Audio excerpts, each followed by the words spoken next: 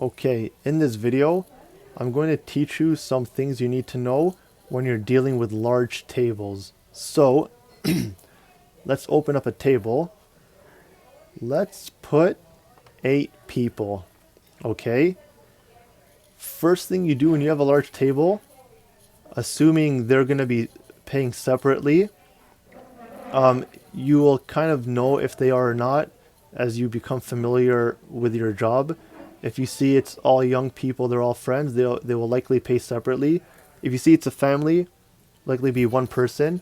Let's assume it's a group of friends who are coming in, and you're going to assume that they're all going to pay separately. Now, at the end of their meal, what friends sometimes tend to do is they tend to switch seats. So you might have somebody under seat 1, but then they might end up moving seats with somebody, so they might now be at seat 4, and seat 4 is now at seat 1. So then when you come to do the bill, you can't remember who seat 1 was, or who seat 4 was, or who seat 6 was. So very important, when you have a big table like this is what you do.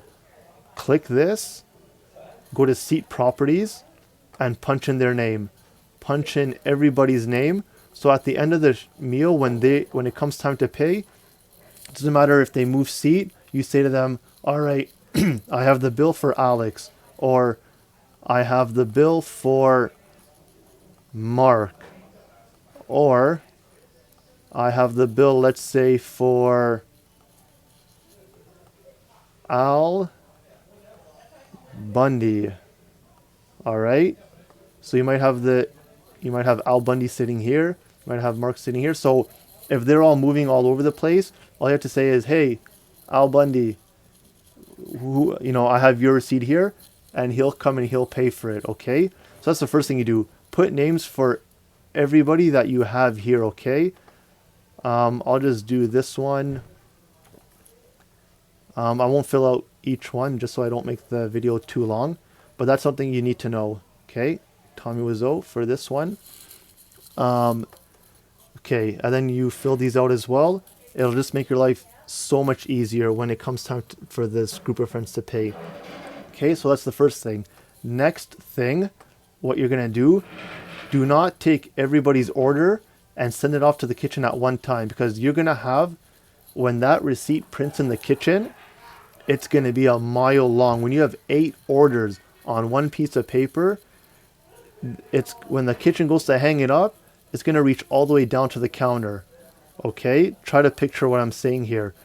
It's going to be a lot of food printed on one piece of paper. It's going to be a long piece of paper.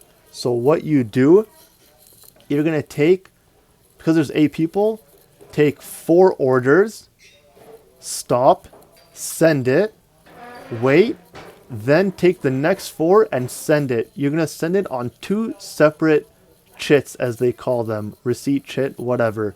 Okay, that's how you're going to send it to the kitchen. Number 1, you're going to get your food faster, because it's easier for the kitchen to have 2 smaller chits side by side than one long chit going from the top all the way to the counter when they hang it up. For them to read that is very hard. It's going to slow them down, and you're going to have to wait for your food. Okay, so let me just show you quickly what I mean. Let's do this. Let's just punch in anything quickly. Who cares? Punch this in. You're going to take all their orders. Again, ask them if they would like any appetizers, start them off with that, but just so I don't make the video too long, I'm just going to pretend these are their main meals. So once you punch in the first 4, and again, if let's say you have a table of 6, it's a judgment call. Do you want to separate 3 and 3? That's also a good idea. If you have 7 people, you do 4 and 3, 8 people, 4 and 4. If you have a group of 10, you can do 5 and 5, or if you want to do 4, 4 and 2, or it's a judgment call on your part. If you have 12 people sitting at a table, probably go and do 4 people at a time, so you're going to have 3 receipts. And when you do that, make sure you put a note under the last seat before you send it. Go to modifier, go to notes, say big table. Okay. More coming through. That way, the kitchen knows that this is your next receipt is going to be at the same table, because what will happen is you're going to send the first the first order with these 4 seats. You're going to send it through. All right. When your chit comes up next for the next 4 people, the kitchen might not necessarily see that it's from the same table. They should see that it's the same table, but sometimes they just don't look. And another problem is, let's say you send this order in, okay? By the time you take the orders of these 4 seats, these 4 guests, by the time you're done that, you have all these other waitresses who are also punching in their order, okay? So by the time you send this order in, you might have 3 other orders that the other waitresses have sent ahead of yours. And maybe the kitchen won't look at that chit right away that you sent for these 4 guests, right? So when you put something like this big table more coming through, they're going to start watching the printer for this order here. And once they get it, they're going to move that chit up beside these guys because it's all one table. Does that make sense? You will see this in person as well when I train you. So what we're going to do, we're going to send this. Again, I better put do not make for each and every one of them. Okay.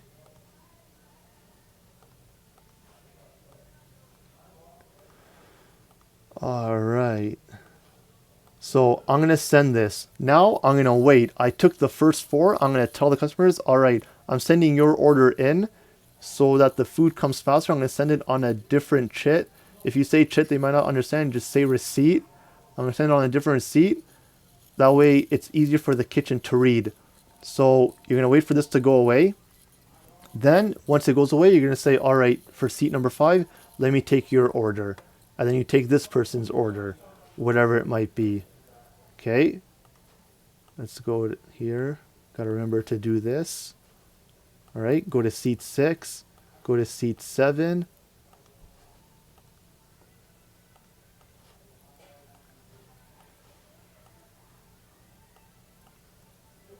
All right. Then seat 8. This guy just wants this. Let's see. Okay, there we go. So now you have these people. Now here, it's a good idea to put this completes the order. Okay? Because you might, let's say you have 12 people, right? So you're going to be sending another chit. You might be sending 3, not 2. So at the very last one, you're going to say, this completes the order. And now they know that they're good. So do that so they know. You could always, here, write big table, more coming through. You can write how many receipts you're going to send through. You can say 12 people, 3 chits coming through. Watch for it. You can put that. So I'm going to send this. Now I'm going to wait. And now the kitchen, if there are other waitresses who have sent their order that are now ahead of you, they're going to take your chit and they're going to move it up because obviously everybody at the table has to get their food at the same time. You don't want half the table to get their food and then 20 minutes later, the next 4 get their food. It's very unprofessional. So please do this and don't forget to do this.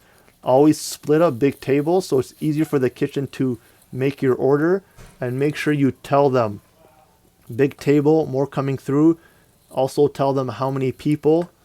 All right. And then when you're done, put this completes the order. So they know they don't have to watch out anymore. Make sense?